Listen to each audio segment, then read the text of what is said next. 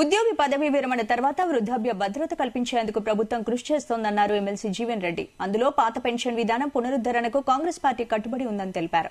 కరీంనగర్ ఇందిరాభవన్ లో తెలంగాణ రాష్ట సిపిఎస్ ఉద్యోగుల సంఘం ఆధ్వర్యంలో రూపొందించిన 2024 క్యాలెండర్ను ఆయన ఆవిష్కరించారు. కార్పొరేట్ సంస్థల మేలు కోసమే సిపిఎస్ విధానం వచ్చిందని, ఉద్యోగుల మేలు కోసం కాదన్నారు. సిపిఎస్ తో 19 ఏళ్లుగా ఇబ్బందులు పడుతున్న 2 లక్షల ఉద్యోగులకు కొత్త సంవత్సర కానుకగా పాత పెన్షన్ పునరుద్దరణకు కృషి చేస్తామని చెప్పారు.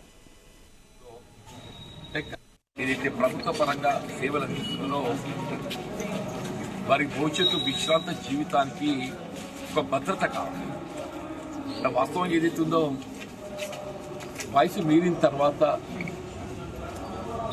అంటే వారి భవిష్యత్తు డస్ట్బిన్ వారి కుటుంబం పోషణ కానీ వారికి కావాల్సినటువంటి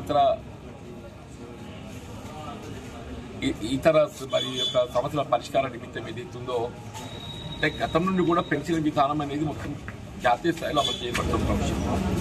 సరే, కారణం ఏదైనా కానీ ఏదైతుందో ఈ ప్రభుత్వం కల్పించేటువంటి ఒక పెన్షన్ ప్రభుత్వం దాన్ని ఈ సిపిఎస్ఐ విధానం అని కాంట్రిబ్యూటరీ పెన్షన్ స్కీమ్ విధానాన్ని తెరపైకి తేవడంతో ఏదైతుందో ఇలా ఉద్యోగస్తులు ఉపాధ్యాయులు ఏదైతే ఒక అభద్రత చోటు చేసుకుంటారు.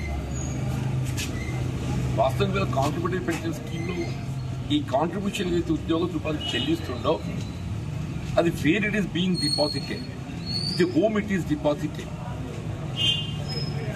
అది భవిష్యత్తులో ఏ విధంగా మనకు చెల్లింపు చేయబడుతుంది అనేది స్పష్టత లేదు. ఏదైతే ప్రభుత్వ పరంగా సేవలు అందిస్తుందో వారి భవిష్యత్తు విశ్రాంత జీవితానికి ఒక భద్రత కావాలి. వాస్తవం ఏదైతుందో వయసు మీరిన తర్వాత